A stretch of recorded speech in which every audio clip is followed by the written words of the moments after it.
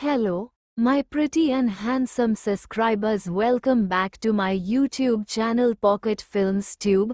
Please motivate me by subscribing my channel. When you guys subscribe my channel, then it's give motivation to continue my story and channel.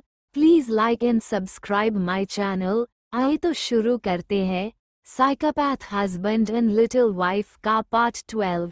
अब तक आपने कहानी में सुना कि रोहन जो अगस्त्य से सेलिब्रेशन के बारे में कहता है, मगर अगस्त्य उसे मना कर देते हैं। अब आगे रोहन जो कहता है, अरे कितना काम किया था हमने इस प्रोजेक्ट पर और कितनी मेहनत लगाई थी। कितनी मेहनत किया था तू। एक छोटी सी पार्टी तो बनती है सर, और भाभी जी को भी साथ ले आएगा। हम और भी चल एंजॉय कर लेंगे। जैसे ही रोहन ने इतना बोला था और वो रोहन के कंधे को जोर से दबाते हुए कहते हैं, What? रोहन जो कहता है, अरे सर आराम से, वैसे भी आपने तो ही कहा था कि आपने तो उसे सिर्फ एज अ सर्वेंट रखे हुए हैं और अपने सिर्फ रिवेंज के लिए शादी किए हुए हैं, तो फिर अगर सर्वेंट। जैसे ही रोहन ने इतना बोला था, अगस्त्य जो उसके कंधे से हाथ हटाते हैं और उसके गाल को जोर से अपने हाथों से कसते हुए कहते हैं, Don't dare to call her like this, she just mine। मैं जिस लिए भी उससे शादी किया हूँ वह मेरा पर्सनल रीजन है, और मैं उसे जो भी बुलाऊं मैं बुला सकता हूँ, लेकिन मेरे अलावा कोई और नहीं। रोहन जो कहता है, अरे सर आराम से, वैसे भी आपने तो ही कहा था कि आपने तो उसे सिर्फ एज अ सर्वेंट रखे हुए हैं और अपने सिर्फ रिवेंज के लिए शादी किए हुए हैं, तो फिर अगर सर्वेंट। जैसे ही रोहन ने इतना बोला था, अगस्त्य जो उसके कंधे से हाथ हटाते हैं और उसके गाल को जोर से अपने हाथों से कसते हुए कहते हैं, Don't dare to call her like this, she just mine। मैं जिस लिए भी उससे शादी किया हूँ वह मेरा पर्सनल रीजन है, और मैं उसे जो भी बुलाऊं मैं बुला सकता हूँ, लेकिन मेरे अलावा कोई और नहीं। अरे सर ठीक है, समझ गया, अभी छोड़िए मेरा गाल। और वो जल्द से अगस्त्य के हाथ से अपने गाल को छुड़ाने की कोशिश करने लगता है। नेक्स्ट टाइम तुम्हारे मुंह से उसके लिए मुझे ये वर्ड सुनाए ना दे। रोहन जो हाँ में सिर हिला देता है। अगस्त्य जो गुस्से में वहां से निकल जाते हैं। वहीं रोहन जो अपनी गाल को सहलाते हुए बोलते हैं, ओ सर का बस चलता तो मेरे दांत ही तोड़ देते। और एक मिनट, सर ने अभी परसों ही बोला था कि वो सिर्फ रिवेंज के लिए शादी किए हैं और वो सिर्फ वो सर्वेंट मानते हैं, और मैंने बोल दिया तो हद है। सर का तो मुझे कुछ समझ में नहीं आता कब वो बिन मौसम का मन बदल दे। वहीं अगस्त्य जो अपनी गाड़ी को काफी स्पीड से ड्राइव करना शुरू कर चुके थे।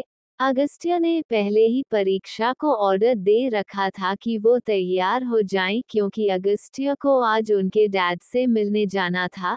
लगभग आधे घंटे के अंदर अगस्त्य जो अपने मेंशन के अंदर पहुंच चुके थे।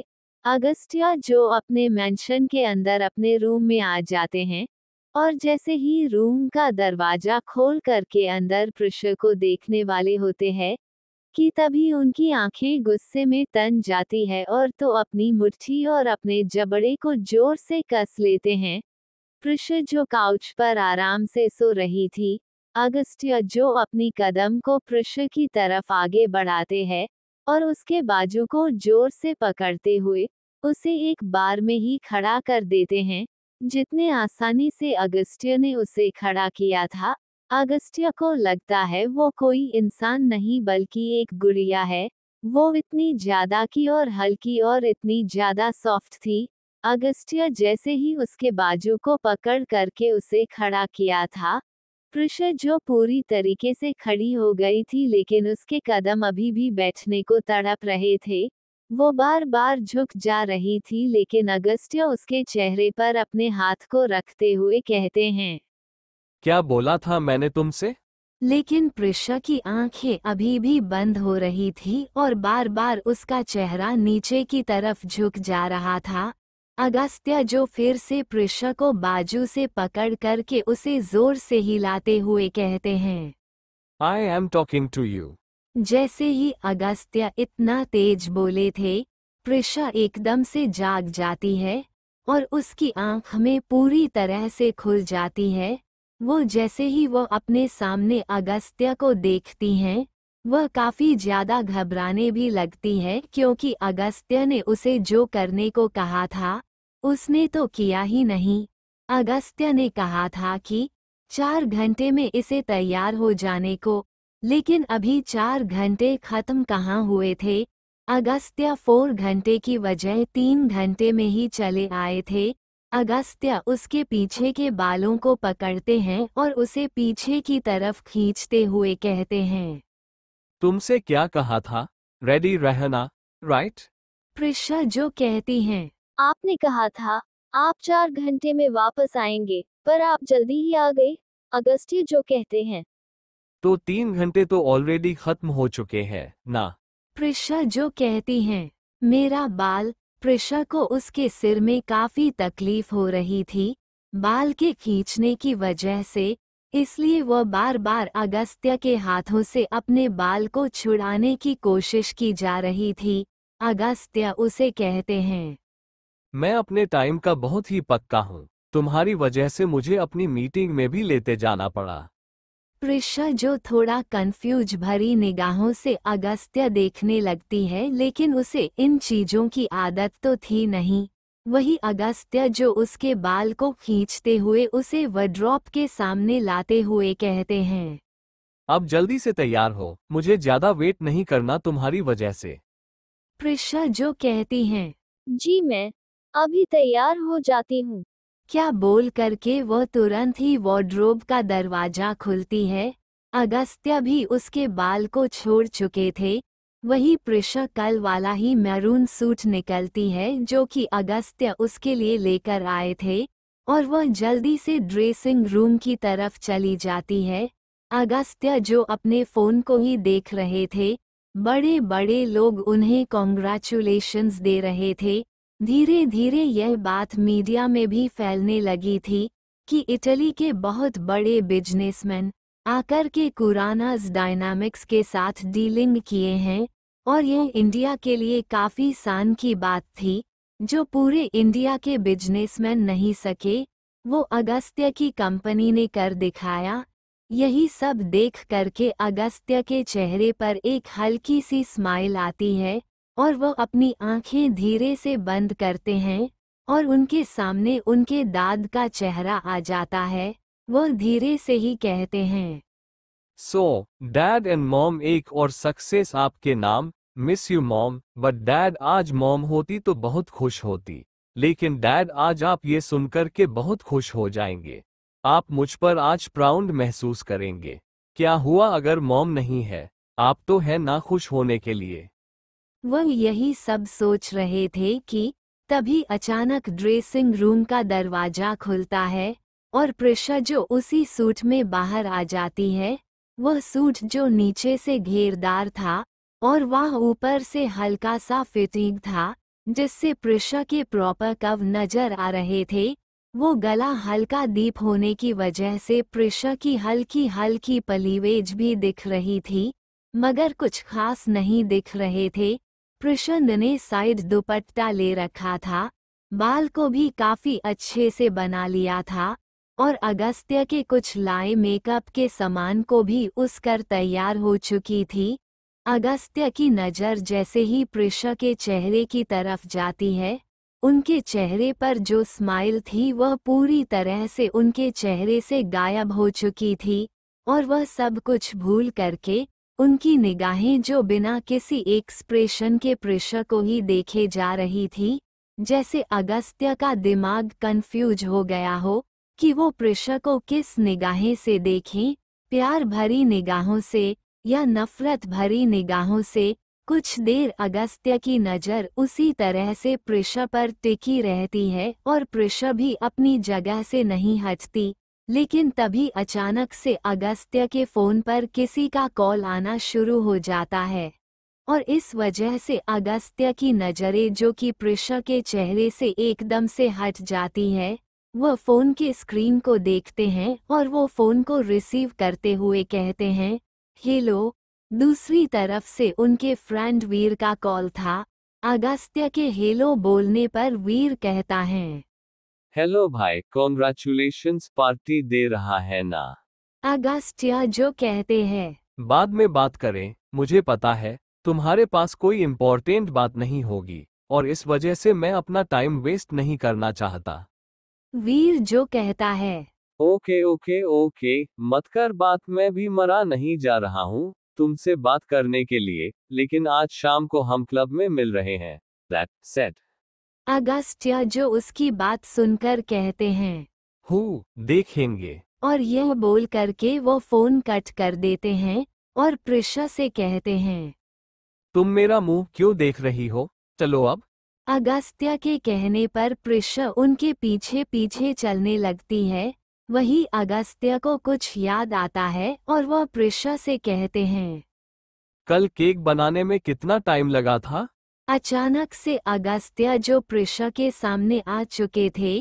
प्रिशा 2 कदम पीछे जाते हुए और थोड़ा डिसबैलेंस भी। प्रिशा कोई लगा था कि अगस्त्य उसे फिर से डांटने वाले हैं, मगर अगस्त्य उसको कहते हैं, मैंने पूछा केक बनाने में कितना टाइम लगा था? प्रिशा जो कहती हैं, 2 घंटे लगे थे लगभग, और सारी स्टाफ ने भी मेरी मदद की थी। अगस्त्य जो कहते हैं, तो जाकर के बनाओ। प्रिशा जो कहती है, अभी। अगस्त्य जो कहते हैं, राइट नाउ। और यह कहकर के अपने मेंशन के हॉल एरिया में आकर के बैठ जाते हैं। वही किचन जो कि हॉल एरिया से ही अटैच था, जिसकी वजह से किचन हॉल से साफ नजर आ रहा था। वो जाकर के चेयर पर बैठते हैं और प्रिशा को केक बनाते हुए देखने लगते हैं। प्रिशा जो अपने दुपट्टे को साइड रखती है और इंटरनेट से केक रेसिपी को सर्च करती है और बनाना शुरू कर देती है। वैसे तो ये सब काम करने की उसकी आदत थी नहीं, इसकी वजह से वह रेसिपी भूल गई थी। 2 घंटे में प्रिशा फाइनली केक बना देती है और वो अगस्त्य के सामने लाते हुए कहती है, हो गया। अगस्त्य उसे निर्मल टोन में कहते हैं, अब इसे पैक कर दो। वो स्टाफ और प्रिशा मिलकर के उस केक को अच्छे से पैक कर देती है। अगस्त्य जो प्रिशा से कहते हैं, ये केक मेरे डैड के लिए है, जाने के बाद उनको दे देना। प्रिशा जो अपना सर हाँ में हिला देती हैं। अगस्त्य को इस तरह अपनी डैड की केयर करना देख कर के प्रिशा को काफी अच्छा लग रहा था। अगस्त्य जो मेंशन से निकल कर के कार में बैठ जाते हैं, वही प्रिशा उनके बगल में आकर के बैठ जाती हैं। वही अगस्त्य उससे कहते हैं, सीट बेल्ट। वही प्रिशा जैसे ही सीट बेल्ट को लगाने होता है, लेकिन 2 बार सीट बेल्ट उसके हाथ से बार बार छूट जा रहा था। अगस्त्य जो अपने सिर को हिलाते हुए कहते हैं, तुम्हें सीट बेल्ट भी लगाना नहीं आता? और यह बोलकर वो कूद ही प्रिशा की तरफ थोड़ा आगे झुकते हैं और प्रिशा के लिए सीट बेल्ट को निकाल करके उसे लगने वाले होते हैं कि लेकिन तभी प्रिशा जो धीरे से कहती है, मुझे आता है लगाने। प्रिशा के इतना बोलने पर ही अगस्त्य की नज़र तुरंत ही प्रिशा की निगाहों पर चली जाती हैं। अब दोनों में आई कॉन्ट्रैक्ट बनने लगा था।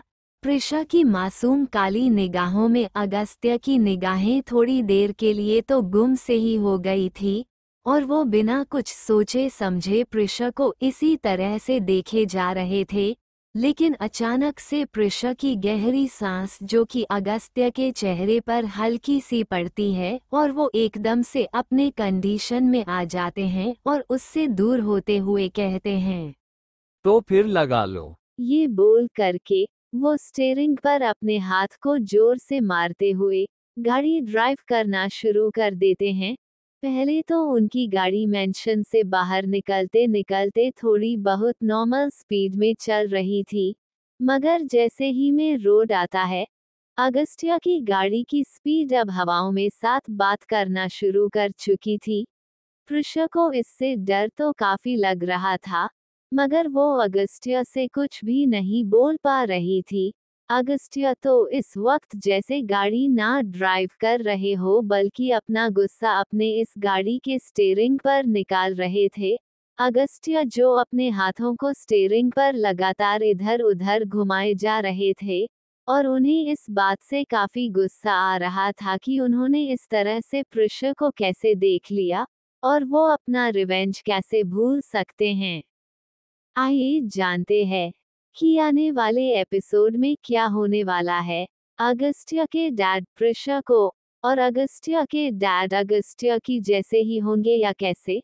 तो सुनते रहिए psychopath husband and little wife only on Pocket Films Tube, and thank you for watching, and also thank for comment and subscribe.